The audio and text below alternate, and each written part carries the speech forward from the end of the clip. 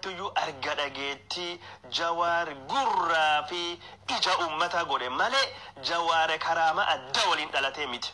Jawaar hojii isattuyyuu Jawaar godhe.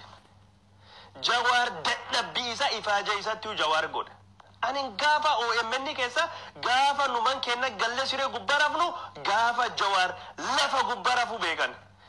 Jawaar nu duubat hojii bah nu gallee girafne Jawaar ture baye. Nu durat hojii seene Jawaar. Naamusa Jawaarii kan akkasi beek.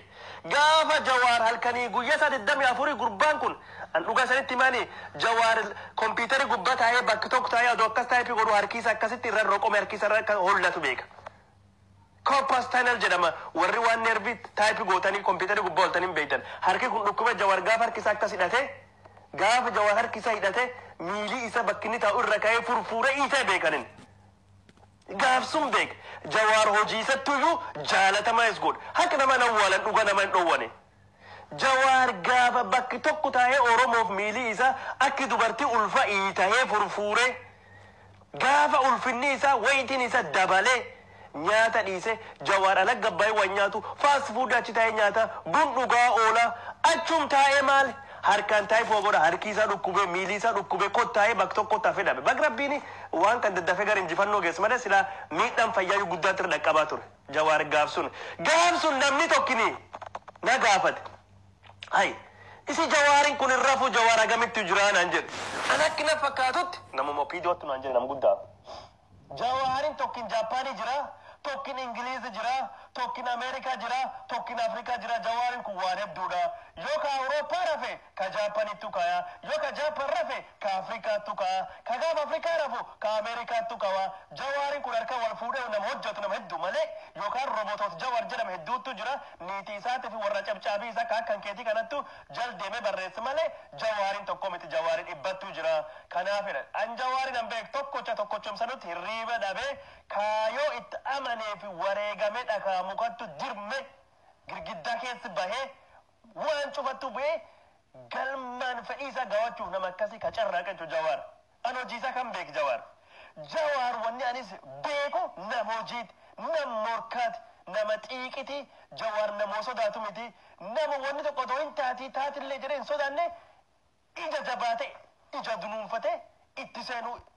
Nama jechuun wanni kun na odoo girgidda ta'uu yookaan dhaaba mana ta'uu argu beeku yoo bu'aa naaf qabdi Oromoof qabdan itti bu'u.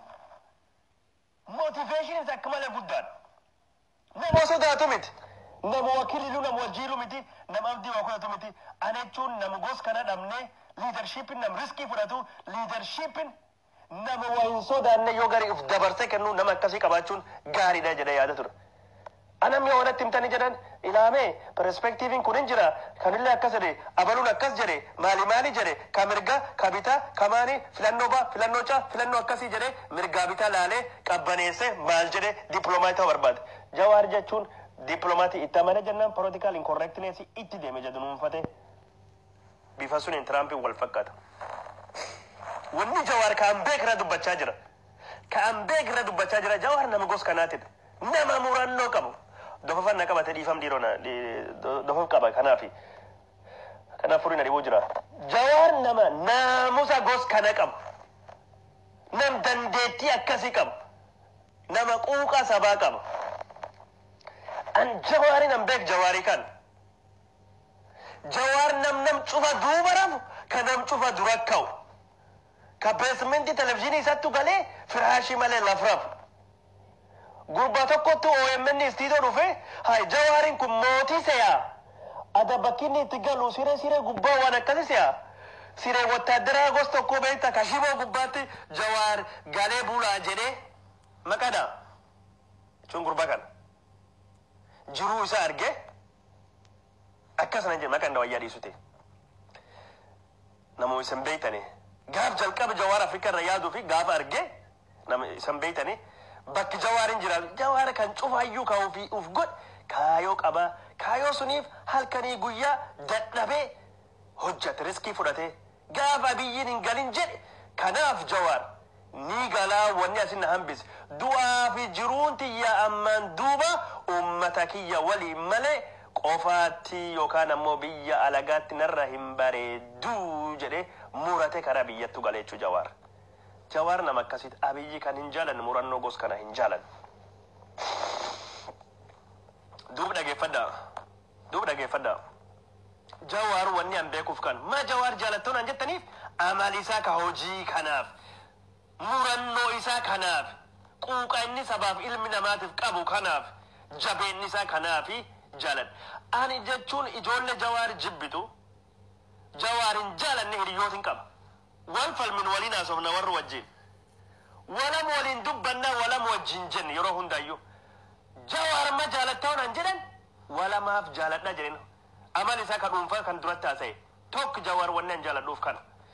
Jawaar yoo inni dubbatu ummati Oromoo miliyoonii 50 keessa qeerroon isa guddaan motorii qabsoo boba'aan qabsoo kana gaazni qabsoo ni dhagayaa isa jala corooraa hiriiraa nama ummati kan kee dhagayu nama ummati kan kee jaldeemu atma jibbita nama ummati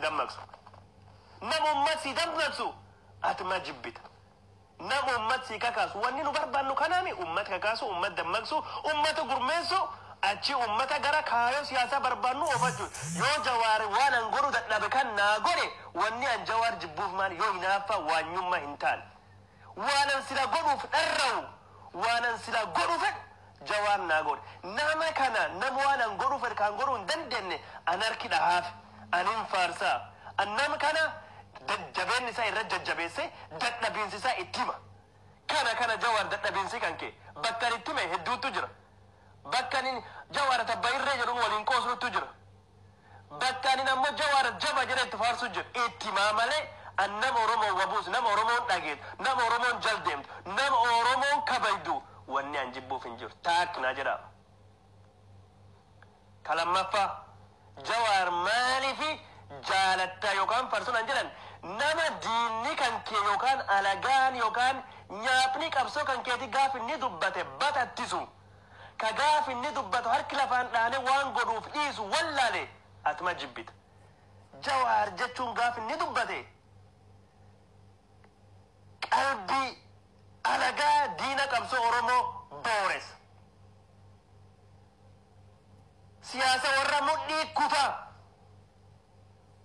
gara warra raasaa nami gaafa alagaan kan kee gaafa raafame gaafa matattise gaafa miira keessi galchite sammuu keessa baaste gaafa tapha sammuu keessi goote sodaachifte gaafa naasiftee rifachiiste gaaf sun karooratti harkaa badaa akki fedhisi hin malatu taa'ee mal hin dhawatu nami miira keessi gaaf seene miiran baqachuu fi maali malee si balleessuu fi gattaa'ee shira xaxuu fi yeroo hin qabu. Jawaar miiri keessi galche Jawaar akka warri batattisu godha Jawaar warri mudhii kuta Jawaar warra raasa nama alagasii raasu nama alagasii sodaachisu nama alaga gargarii facaasu yaada isaanii bittinneessu atma jibbitu wanni ati barbaaddu kanaani